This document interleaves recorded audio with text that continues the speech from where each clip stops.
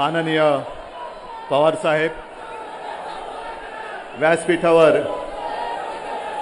उपस्थित असलेले सर्व महाविकास आघाडीचे सहकारी नेते आणि जमलेल्या माझ्या तमाम महाराष्ट्रप्रेमी बांधवांनो, भगिनींनो आणि मातांनो, बऱ्याच वर्षांनंतर एवढा मोठा मोर्चा देशाने पाहिला असेल आणि ज्या वेळेला या मोर्चाची घोषणा केली तेव्हा मला काही जणांनी विचारलं की तुम्ही एवढं चालणार का? मी म्हटलं मी एकटा नाही, माझ्याबरोबर लाखो महाराष्ट्र प्रेमी नुसतेच नाही तर महाराष्ट्र द्रोह्यांच्या छाताडावरती चालणार आहेत. हे चालणं हे एक प्रतिकात्मक आहे. आजपर्यंत ज्यांनी ज्यांनी आपल्याला डिवचलं त्यांच्या छाताडावरती चालण्याची हीच वेळ आहे. आणि कदाचित नव्हे, नक्कीच संयुक्त महाराष्ट्राच्या नंतर असं दृश्य हे संपूर्ण देशाने आणि जगाने पाहिलं असेल. 60-62 वर्षापूर्वी संयुक्त महाराष्ट्राचा लढा झाला, आपल्यापैकी अनेक जणांना माहिती आहे. त्याही वेळेला प्रचंड संघर्ष करावा लागला आणि तो लढा याचसाठी होता, मुंबईसह संयुक्त महाराष्ट्र झाला, पण अजूनही बेळगाव, कारवार, निपाणी सह संयुक्त महाराष्ट्र झालेलं नाही. तो घेतल्याशिवाय आम्ही स्वस्थ बसणार नाही हे सांगण्यासाठी आजचा मोर्चा आहे. कोणी येतं आणि डिवचून जायचं. आज खरं म्हणजे हे सर्व पक्षाचे झेंडे, ही ताकद महाराष्ट्राची आहे. सर्व पक्ष एकवटलेत, फक्त महाराष्ट्र द्रोही आहेत ते या मोर्चांमध्ये नाही आहेत. आणि स्वतःला जे बाळासाहेबांचे विचार पुढे घेऊन जाणारे तोतये, त्यांचे विचार आम्ही पुढे घेऊन जातो आहोत. त्यांचे विचार नाहीत ते, त्यांचे विचार खुर्चीसाठी दिल्लीशी राचारी करणारे त्यांचे विचार नव्हते. खुर्ची गेली तरी 72, पण महाराष्ट्राचा स्वाभिमान आणि महाराष्ट्राची अस्मिता हिच्याबरोबर आम्ही तडजोड करणार नाही, होऊ देणार नाही. आणि असा जो कोणी करण्याचा प्रयत्न करेल त्याला गुडघ्यावरती खाली झुकवल्याशिवाय राहणार नाही. ही शिवसेना प्रमुखांची, बाळासाहेबांची शिवसेना, आपल्या महाराष्ट्र प्रेमींचा हा विषय. आज जो विषय आपण घेतलेला आहे तो केवळ राज्यपाल हटाव आहेच. मी तर मुळामध्ये त्यांना आता राज्यपालच मानत नाहीये. राज्यपाल पद मोठं असतं, त्या पदाचा मी नक्की मान राखतो, पण त्या पदावर कोणी बसावं आणि कोणालाही टपल्या माराव्या हे आम्ही सहन करणार नाही. आणि म्हणून मी मागे सुद्धा बोललोय, त्याचाच पुनरुच्चार करतोय की राज्यपाल कोण असावा. केवळ केंद्रामध्ये जो बसतो त्यांच्या घरी काम करणारा माणूस कुठेतरी एक सोय म्हणून पाठवून द्यायची नाही. राष्ट्रपतींचे ते दूत असतात आणि त्यांनी त्यांच्यासारखं वागलं पाहिजे. छत्रपती शिवाजी महाराजांबद्दल अवमानकारक बोलतायत, महात्मा ज्योतिराव फुलेंबद्दल बोलतायत, सावित्रीबाई फुलेंबद्दल बोलतायत.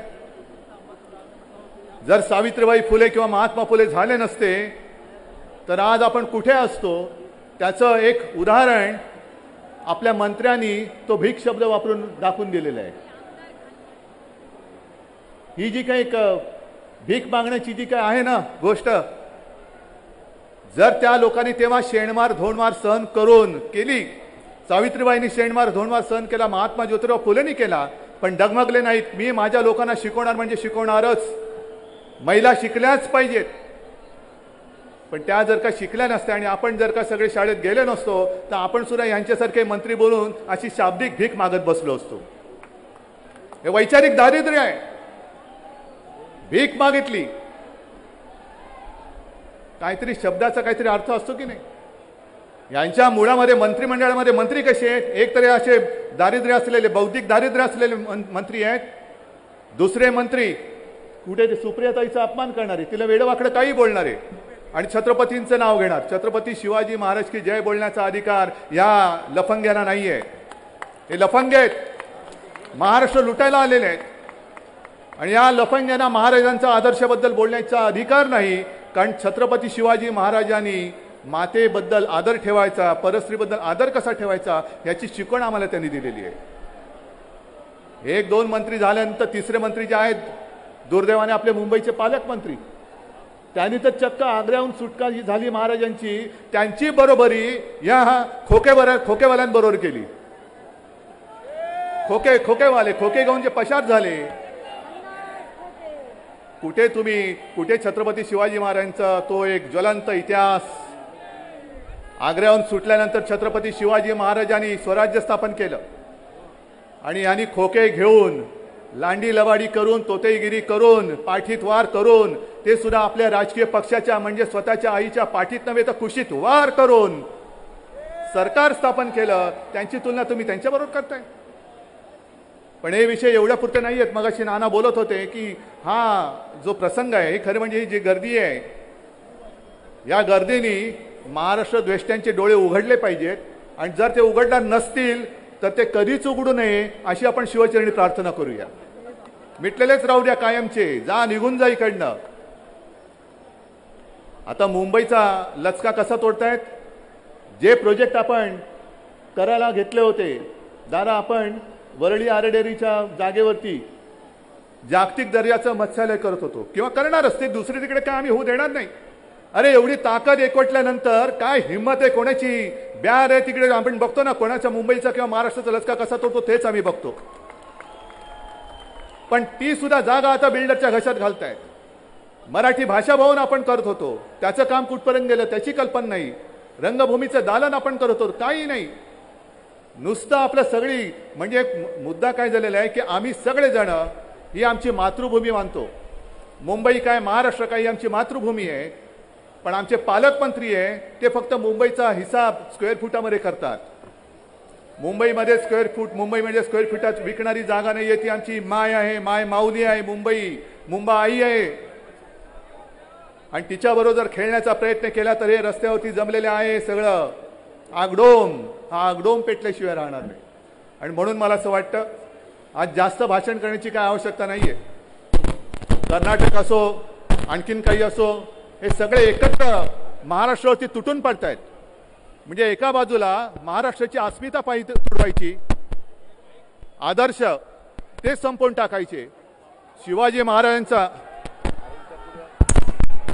येतोय का आवाज?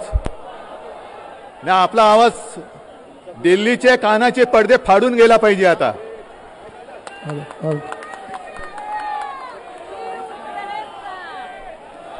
एका बाजूने आपल्या आदर्श पायदळी तुडवायचे, त्यांचा अपमान करायचा.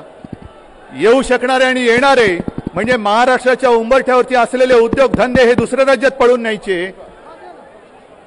गावं कुरतडायला लागायची. म्हणजे चहू बाजूने महाराष्ट्र हा कसा संपून जाईल, कसा भिकेला लागेल हा यांचा प्रयत्न आहे. आणि ह्या महाराष्ट्र द्रोह्यांचा राजकारणात शेवट केल्याशिवाय आता स्वस्थ बसता येणार नाही. आजचा मोर्चा ही सुरुवात आहे आणि या मोर्चाची ताकद बघायची असेल तर मी सगळ्यांनी एकच विनंती करतोय, सगळ्यांनी आपल्या हाताच्या मुठी उंचावून वळून वरती करा. पत्रकारांना सांगतो की हे दृश्य घ्या. ही महाराष्ट्राची ताकद आहे, ही महाराष्ट्राची वज्रमूठ आहे. आज आम्ही पक्ष वगैरे सगळे बाजूला ठेवून महाराष्ट्राच्या प्रेमासाठी, महाराष्ट्र द्रोह्यांना गाडण्यासाठी, या मातीत गाडण्यासाठी एकवटलेले आहोत. आणि ते गाडल्याशिवाय आम्ही आता स्वस्थ बसणार नाही. हीच एक शिवशरणी शपथ घेऊन तूर्त मी इथे थांबतो. जय हिंद, जय महाराष्ट्र.